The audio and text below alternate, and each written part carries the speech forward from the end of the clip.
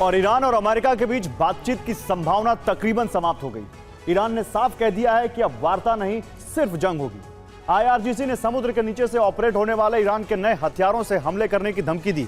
इसके साथ ही ईरान ने तेहरान में बैंक पर हुए हमले के बाद अरब के हर बड़े आर्थिक ठिकाने को बंद कर देने की धमकी दी। इस चेतावनी के बाद मध्य पूर्व के कई अंतर्राष्ट्रीय बैंक खतरे में आ गए। अरागची ने कहा है कि तेहरान में ईरान के सबसे पुराने बैंकों में से एक बैंक सेपा के प्रशासनिक भवन पर हमला हुआ है। अमेरिका ने ईरान के आर्थिक ढांचे को निशाना बनाने की कोशिश की है। ईरान के सैन्य कमांड मुख्यालय खातम अल अनबिया के प्रवक्ता इब्राहिम जुल्फकारी ने कहा है कि अगर ईरान के आर्थिक ढांचे को निशाना बनाया गया तो जवाब भी आर्थिक हितों पर दिया जाएगा और इसका खामियाजा पूरे अरब में अमेरिका को भुगतना पड़ेगा। और समुद्र के नीचे सुरंग और इन सुरंगों के भीतर छिपी है ईरान की नई सैन्य रणनीति। ईरान का दावा है कि उसने समुद्र के भीतर ऐसे लॉन्च सिस्टम तैयार किए हैं जहां से मिसाइल सीधे अंडर वाटर टनल से दागी जा सकती है। मिसाइल तेज रफ्तार से पानी को चीरते हुए ऊपर निकलती है और कुछ ही सेकंड में अपने लक्ष्य की ओर बढ़ जाती है। ईरान की ऐसी मिसाइलों की स्पीड करीब 100 मीटर प्रति सेकंड हो सकती है और इनके संभावित टारगेट अमेरिका और दुश्मन के युद्धपोत और अरब देशों के तेल टैंकर होंगे। यानी समुद्र के रास्ते होने वाला व्यापार और नेवी ताकत दोनों इस रणनीति के दायरे में आ सकते हैं।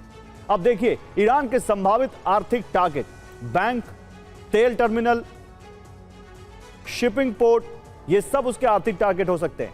स्टॉक एक्सचेंज और अमेरिका या इजराइल से जुड़ी कंपनियां, ये सब उसके टारगेट हो सकते हैं। मतलब साफ है, अब हमला सिर्फ दुश्मन देशों की सैन्य ताकत पर नहीं होगा। ईरान की मिसाइलें अब अरब के आर्थिक ढांचे को तबाह करने के लिए दागी जाएंगी।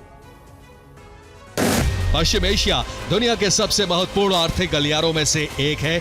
यहां से दुनिया का बड़ा तेल व्यापार चलता है। दुनिया का सबसे बड़ा समुद्री शिपिंग नेटवर्क यही है। सबसे बड़ी अंतर्राष्ट्रीय बैंकिंग प्रणाली अरब से ऑपरेट होती है, लेकिन अब सब खतरे में है। तो ईरान की नई चेतावनी के बाद सबसे बड़ा खतरा अरब देशों के अंतर्राष्ट्रीय बैंकों पर मंडरा रहा है, खासकर उन बैंकों पर जिनके मुख्यालय अमेरिका, इजराइल या यूरोप में। अरब के बैंक और आर्थिक ठिकानों को निशाना बनाने वाली ईरान की चेतावनी के बाद पूरे मध्य पूर्व के बैंकिंग सेक्टर में अलर्ट बढ़ गया है। सबसे बड़ा खतरा दुबई के सिटी बैंक पर है। यह अमेरिकी बैंक है जिसका मुख्यालय अमेरिका के न्यूयॉर्क में है। इसी तरह कतर का HSBC ऑफिस भी टारगेट पर है। यह ब्रिटेन का बहुराष्ट्रीय बैंक है और इसका मुख्यालय लंदन में है। इसके अलावा बहरीन में मौजूद अमेरिकी वित्तीय संस्थान भी ईरान का टारगेट हो सकते हैं। खतरा सऊदी अरब में मौजूद विदेशी बैंकों पर भी है। खतरे के अलर्ट के बाद कई जगहों पर कर्मचारियों को घर से काम करने के निर्देश दिए गए। अमेरिकी ड्रोन विशेषज्ञ और पूर्व स्पेशल ऑपरेशन इंटेलिजेंस अधिकारी ब्रेट वेलिकोविच ने कहा है, ईरान के पास ऐसी तकनीक और पहुंच मौजूद है जिससे वो अमेरिका के अंदर तक ड्रोन हमले कर सकता है। उन्होंने चेतावनी दी कि अमेरिका इस तरह के खतरे के लिए अभी पूरी तरह तैयार नहीं है। इसी वजह से अमेरिकी सुरक्षा एजेंसियों ने स्थानीय पुलिस को भी अलर्ट भेजे हैं।